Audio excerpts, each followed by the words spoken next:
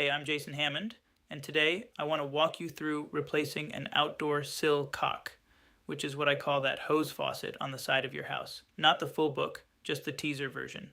This is a 2-hour DIY job if you approach it right. Here's the scene. Spring comes, you hook up a garden hose for the first time, and you hear water running behind the wall. Or you see a wet spot on the basement rim joist directly underneath the outdoor faucet, or the faucet drips from the spout no matter how hard you crank the handle. Almost every time I see this, the cause is the same. Somebody left a garden hose attached over the winter. The hose held water in the exterior pipe. That water froze, it expanded, and it split the internal body. Before you buy anything, diagnose.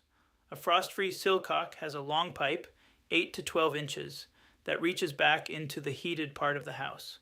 The valve seat sits inside where it's warm. If you see the wet spot inside the basement right below the faucet, that internal pipe has split, and it's replacement only. Measure the length from the outside flange to the interior stub so you buy the right size. Here's what the job actually looks like. You find the dedicated inside shutoff, usually a ball valve on the supply line in the basement. You close it. You open the outside faucet to drain what's left. You disconnect the sill-cock from the supply at the inside, and you unscrew the 2 exterior mounting screws at the flange. The old unit comes out through the wall.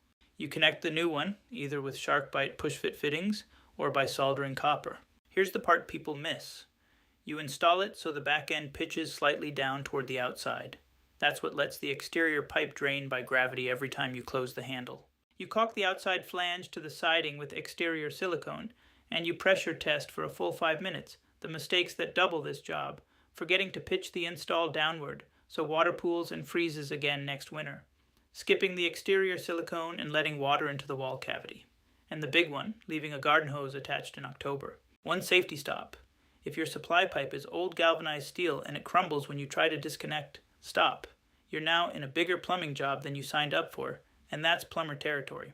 For the full step-by-step, both install methods, and the 5-minute annual winterizing routine that makes this the last sill-cock you ever buy, grab the complete guide at hammondreengineered.com. That's hammondreengineered.com. I'll see you in the book.